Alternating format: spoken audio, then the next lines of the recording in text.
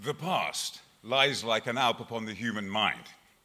The House of Commons is a whole range of mountains.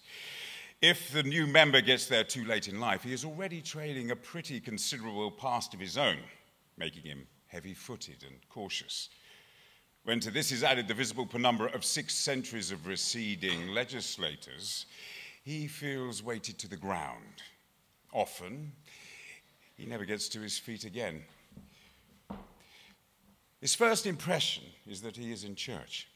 The vaulted roofs, the stained glass windows, the rows of statues of great statesmen of the past, the echoing halls, the soft-footed attendants, and the whispered conversation contrast depressingly with the crowded meetings and the clang and clash of hot opinions he has just left behind in his election campaign. Here, he is a tribune of the people, coming to make his voice heard in the seats of power.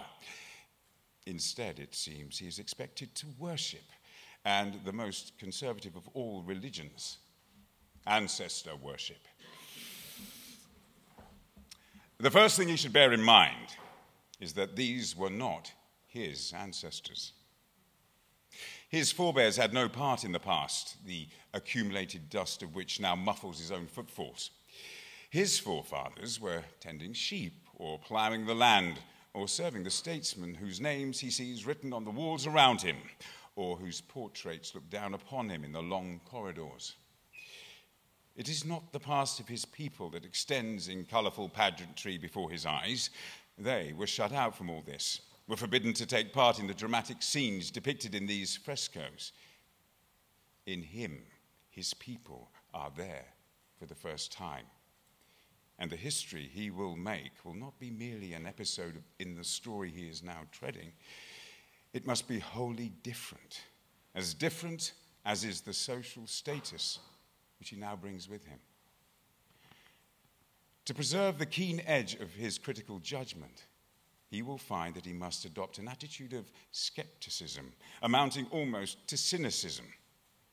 For parliamentary procedure neglects nothing which might soften the acerbities of his class feelings.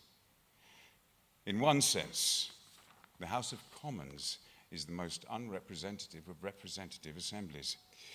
It is an elaborate conspiracy to prevent the real clash of opinion which exists outside from finding an appropriate echo within its walls.